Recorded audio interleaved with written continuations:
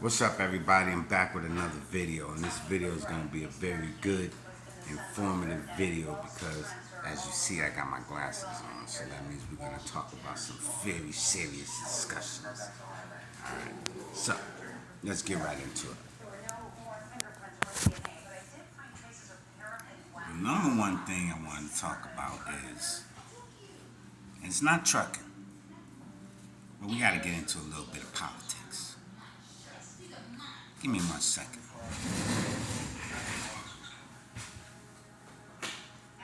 Better lights. Yeah, get some better lights in. That's a little better. So we're talking about politics or the overall state of the economy. Truck driving, the job market, the price of food, the price of housing, your two candidates for president, and which ones. I mean, if you'd like to leave a comment about who you think might be able to change some of these things, who might be able to better the economy, because they're lying about the numbers. Believe me, a lot of people cannot find employment, and if they are finding it hard to find a job, basically. And I know people say, well, if you're not working, you probably don't want to work. That's not necessarily true. Drop myself down a little bit. So, a few months back, I went through transition with, you know, I left a job and I filled out so many applications. I mean, I was filling out applications left and right. I actually went back and got my hazmat. I renewed my hazmat, and that took like 60 days for me to get my fingerprints done. I took the hazmat test, got my TWIC card, and also got my TSA. But finding a job wasn't easy. I actually, I had a tanker, so it just was one of those things that I applied to so many companies. And you would think because I was qualified and had all of those credentials that I would be getting. I did get a lot of supposedly calls back. They were interested, and I said, well, I haven't never had an accident. I've never had an accident. I'm not in the SAP program. I've never failed a dirty urine. I did quit my last job, so as far as getting fired for tearing up or doing something crazy, I mean, I've never had that happen to me. So, I worked for myself for a while. So, I mean, I don't know. It was just a little difficult to find a job. So, in that respect, there, I think that the job market.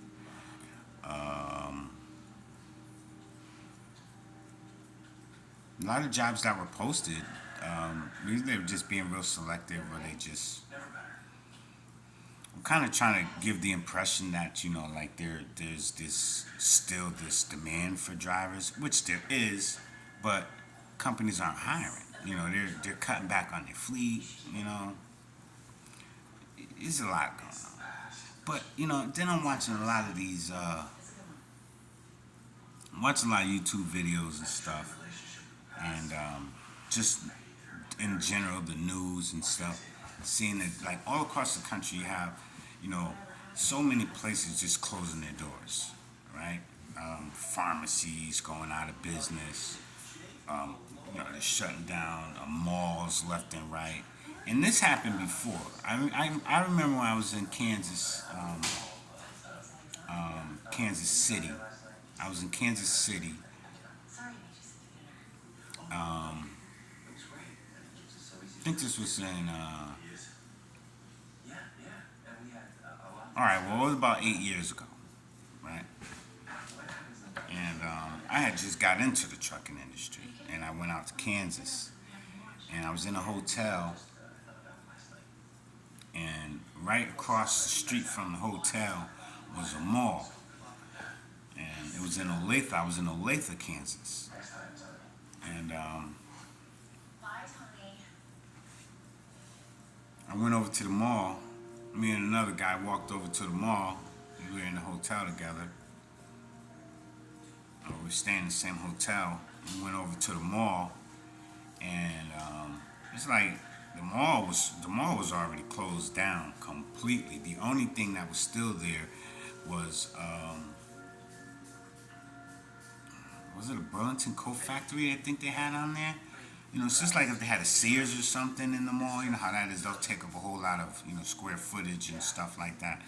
So that was the only thing left of that mall. The rest of that whole entire development, that structure, all of that square footage, it had already been boarded up and closed down. And just it was just one of the things I was a little thrown off by it. But of course, on the other side of town now, if you know anything about Kansas, you got Kansas City and you got Missouri side of Kansas and Kansas City, Missouri, Kansas City, you know, um, and Olathe is just right outside of there. A lot of car dealerships. I mean, the economy was going pretty well at the time. It just depended on what side of town that you were in. That hotel, I think that was under new management, and but anyway, I did kind of get a feel that there was some some loss of business compared to maybe at one time it was booming out there. Um, um, and then going across country as a truck driver, I've noticed, of course, you ever been to San Francisco? You ever been out to California? Um, it's really bad. Oregon area, up there. I mean, I never experienced the homelessness the way that I had experienced it when I was doing a lot of traveling um, up to those parts of the west, the northern part of the state of California, and then even like I said, even into Oregon. Um, there's just a lot of homelessness. Like it's so bad, and I mean literally, I didn't realize it was bad like that. That California had such a big problem with homelessness. Now, there's parts of the country like Atlanta has big homeless issues. New York City has issues. Just about any major state. Like I don't particularly know about Florida being overwhelmingly, you know, plagued with this homelessness. Nothing like like California at all. Oregon State. I mean, you get off the exit ramp, and you know how you get off the exit ramp. There's the the off ramp, all that sort of separation from the main highway and the off ramp, and there's usually all that grass that they cut.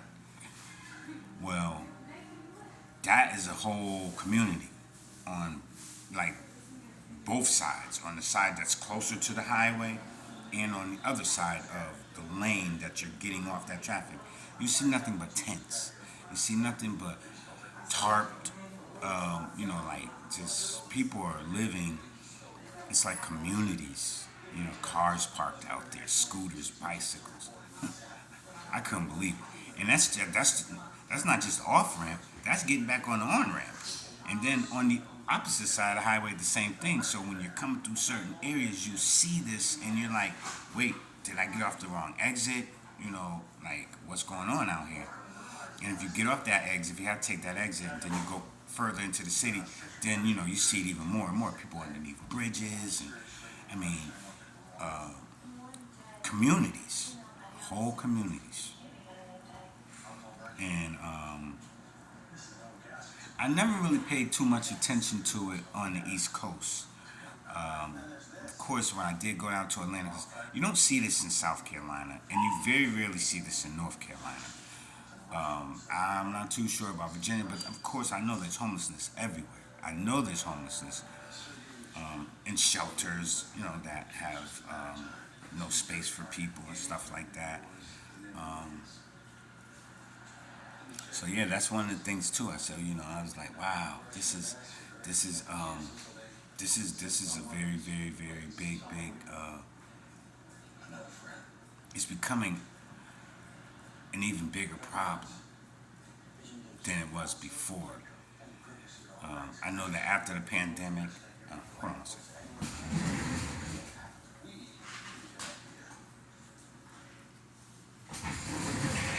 I know that after the pandemic, a lot of people left California and they went to Texas, and it's just, even New Mexico, people just went everywhere.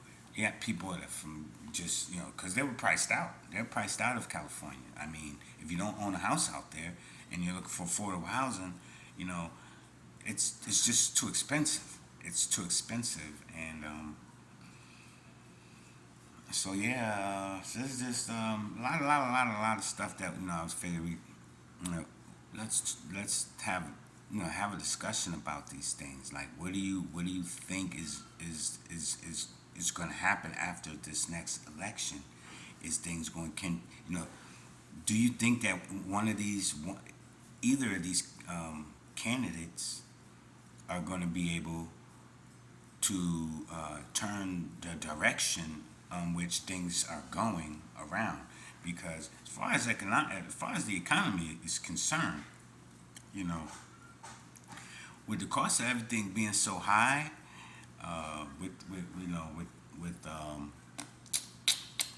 with the dollar not having that much, no purchasing power, losing purchasing power. Everything is there's an old saying, the dollar. How does the saying go? A dollar doesn't get you as much as it used to because people aren't willing to do as much today for a dollar. And there's another saying: the couch pays $0 an hour. So if you want to sit home and don't want to get out and work, then your money's pretty much worthless because what are you doing to get money if it's just being given to you?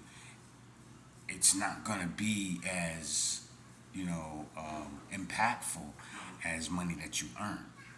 You know what I'm saying? Because if you want to talk about wages have not gone up. People's earnings have not gone up, so their money doesn't really go that far. But you got so many people who don't want to work for nothing, and they are looking to have everything given to them. So for the people that are out here working, salute to you, shout out to you, getting up, going and putting in that, that 40-hour work week, 50-hour work week, you know what I'm saying, or however many 60 hours. Some people just like locked in and they doing 70 hours. Like, you salute to you, but you run yourself straight into the early grave doing that. Like, you got to do what you got to do. However, you shouldn't have to work that many hours, right? The dollar should have enough buying power, whereas whatever your earnings are for a regular work week, you should be able to make it especially if you live with um, you know you have single households, but if you have two households, a couple or two people and stuff, you got people that live with five people in the house, man. And if everybody is working, everybody is contributing, even when times are good, it just makes for a better environment, far as everybody's pockets who live there. You understand what I'm saying? Because you don't want to pass all of the pressure of having to, have somebody take on all of the, the duties of, running a household, being responsible for make sure the lights are on, water, and that there's a roof over your head, and that's just for one person. Is even if it was a time when one person could go to work and he could just support a family. Now one person having a job working 40 hours can't even keep or maintain a one bedroom or something like that, and it depends where you are, you know. So, but with this administration, I mean, I believe that during the Trump administration, there was more fat on the bone. You understand? There was more fat on the bone. Um, the banks were lending money. Fuel was cheap. Food was affordable. Housing was affordable. So if you was doing your due diligence with your money during the Trump administration, I believe that you would have been able to kind of, you know, and acquire some type of wealth. Whether you were trying to just build up your personal savings or invest your money, into, the markets, because you could have been in the real estate market, stock market, precious metals, you know, even the crypto market, but something changed. Something changed. I mean, after the pandemic and everything,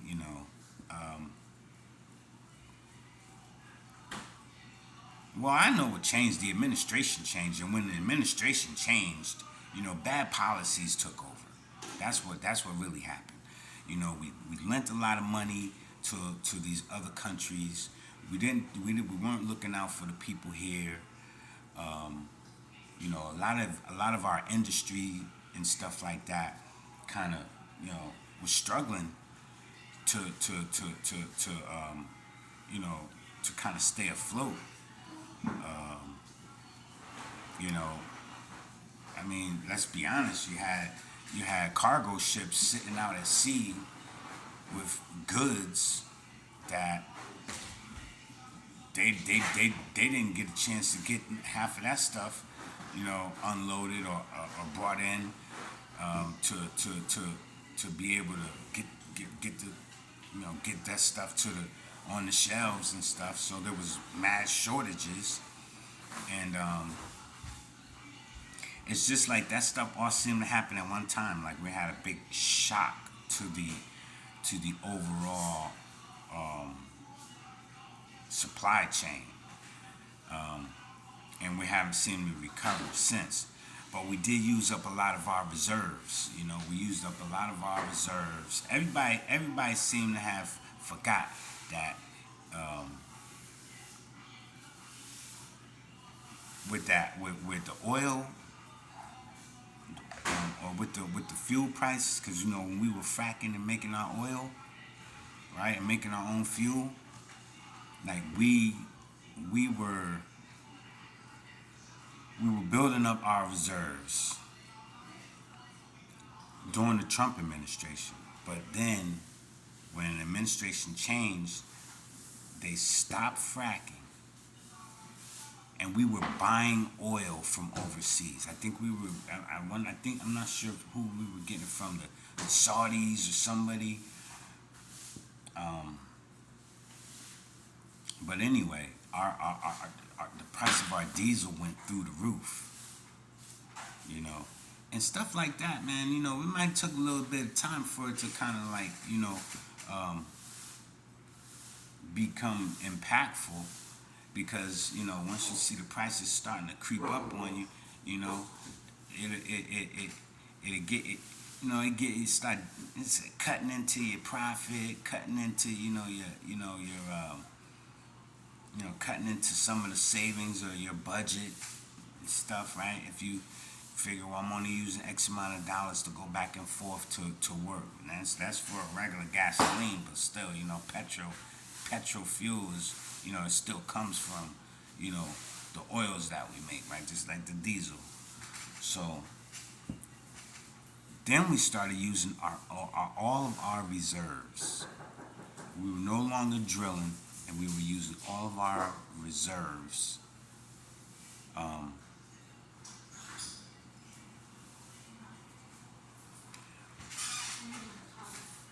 So once we started using all of our reserves, and our reserves started going low. Now, correct me if I'm wrong, because I don't think we were sending none of our oil over to nobody. We weren't selling none of our oil, right? But they said we were, I'm sorry, our diesel, but they said we were going to run out of diesel. They said we're going to run out of this diesel. So I think that now we're buying it from somebody else, or we ended up, the military was using certain, because it was military jets.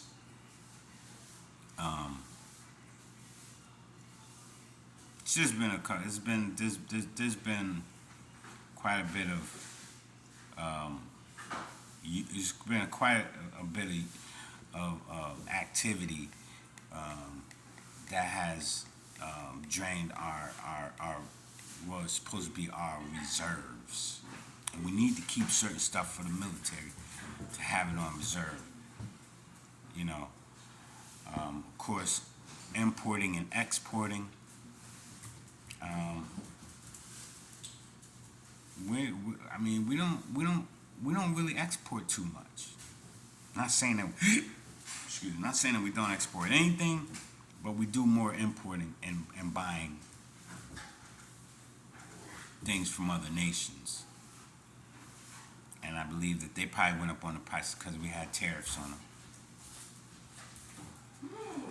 So all of this stuff has just created a storm, a storm that once these wars and things started breaking out, we already had an economical shock to our supply chain here, right? And our goods and services were already pretty much, at a minimum, right? You have to be resourceful, and you have to have things reserved. We're going into our reserves. We're sending money overseas. We're not taking care of our, trying to lower the cost of anything here. Letting things just spiral out of control, cutting raising interest rates, like decimating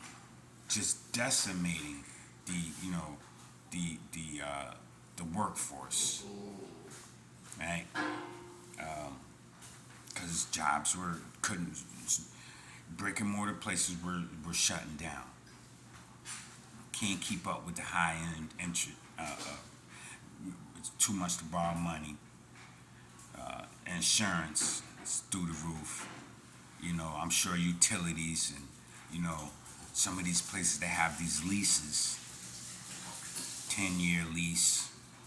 They come in and they like that mall. All those people that leased out those stores, eventually they all gave up because they couldn't keep up during that time. Now the mall is empty.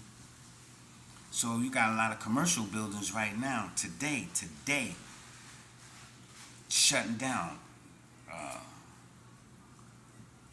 I'm trying to think of a couple of these places that just closed their doors.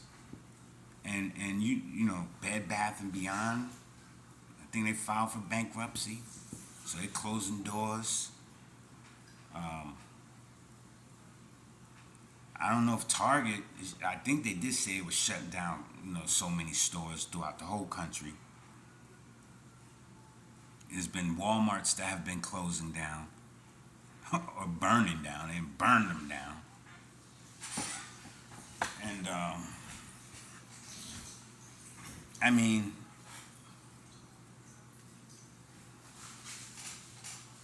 while a lot of that stuff is happening or was happening, everything is going up. The price of everything is going up, right? And then you get the current administration is coming to an end, so now they gotta, we're getting all these candidates that want to run for office.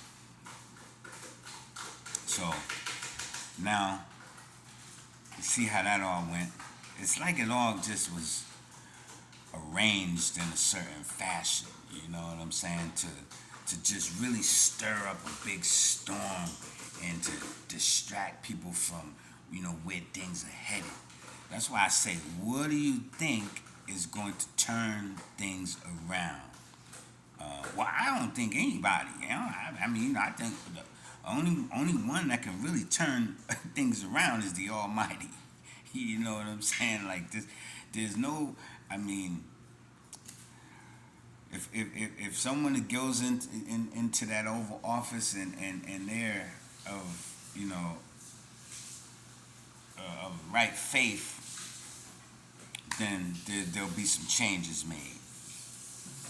But if they ain't on the right path, and then it's just politics as usual. You know what I'm saying? So that's why I look at it. I really, don't want to, you know, I don't want to really try to make a prediction because, I think that, we had 4 years of a democratic